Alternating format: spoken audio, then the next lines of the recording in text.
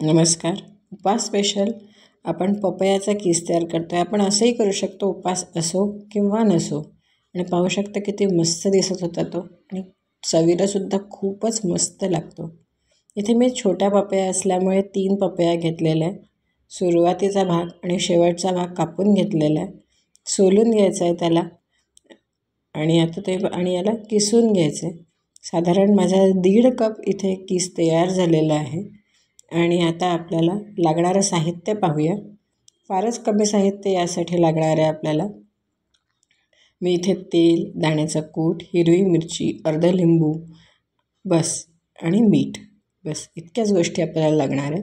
2 ते 3 चमचे मी इथे तेल घेतलेलं आहे. 1/2 टीस्पून जिरं घालूया. 2 मिरच्यांचे बारीक काप करून घेतले आणि आपला पपया किस जो होता तो 1.5 वाटीचा तो आपण यामध्ये घालून घेऊया आणि आता याला परतवून घेऊया. फक्त पपयाचं एक असतं की याला थोडा वेळ लागतो शिजायला.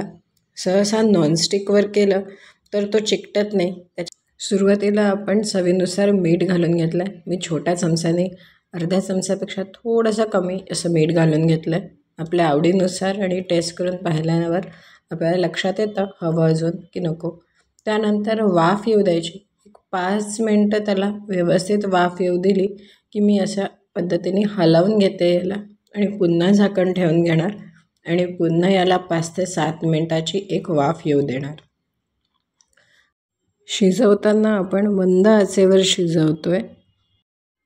10 मिनटांनी याचा रंग बदललेला दिसतो. शिजवताना आपल्याला पूर्णपणे वाफेवरच शिजवायचं आहे. आणि यामध्ये आता आपण दाण्याचा कूट घालून घेऊया 2 मोठ्या चमच्यांनी. नीट मिक्स करून घ्यायचं.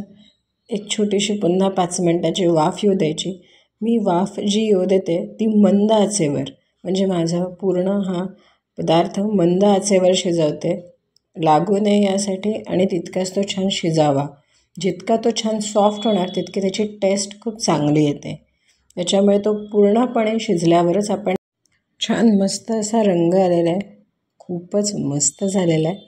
पाहू शकता तुम्ही किती छान वाटतं आहे तो. यामध्ये मी अर्धा लिंबू घातलं आहे.